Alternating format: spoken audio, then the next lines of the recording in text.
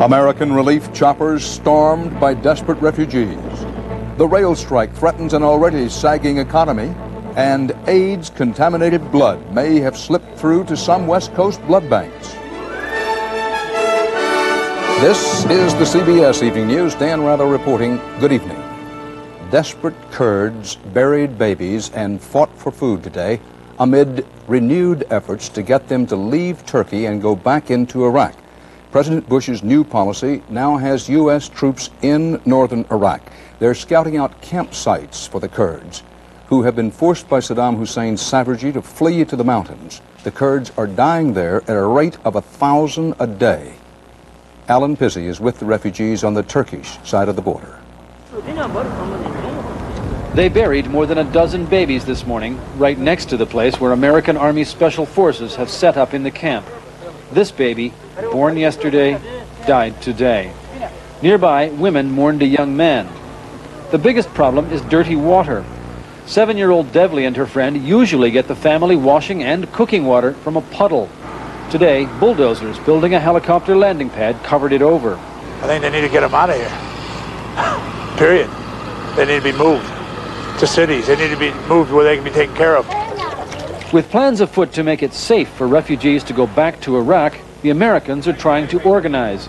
No easy task in a place where squalor and disease have become a normal part of life. So the soldiers cleared the area and a giant Chinook helicopter settled in. It all went according to plan while the cargo of combat rations and water was unloaded.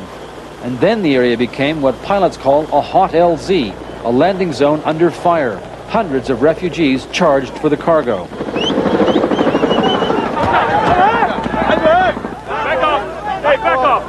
Men and boys fought for boxes of rations. It's okay. Back!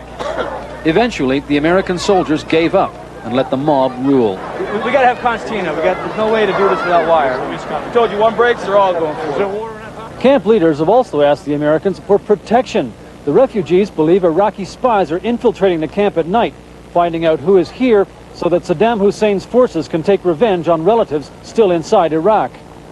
People like these, stuck in camps just over the ridgeline in Iraq, are the most vulnerable. American troops are already moving into Iraq to clear zones so helicopters can land. But today was a good example of how hard that job will be. The soldiers thought they had it figured out and tried the helicopters again. This time, the refugees didn't even wait for the helicopter to lift off. The landing pad turned into a riot zone. Refugees who had held back as the Americans asked pelted the unruly mob with stones and chunks of mud. The GIs said they would try again tomorrow. They knew it was going to happen, we knew it was going to happen, and we're just going to continue to better the circumstances. Until that happens, the camp will live by its own rules. To the victors go the spoils. Alan Pizzi, CBS News, Ashikfarin Camp.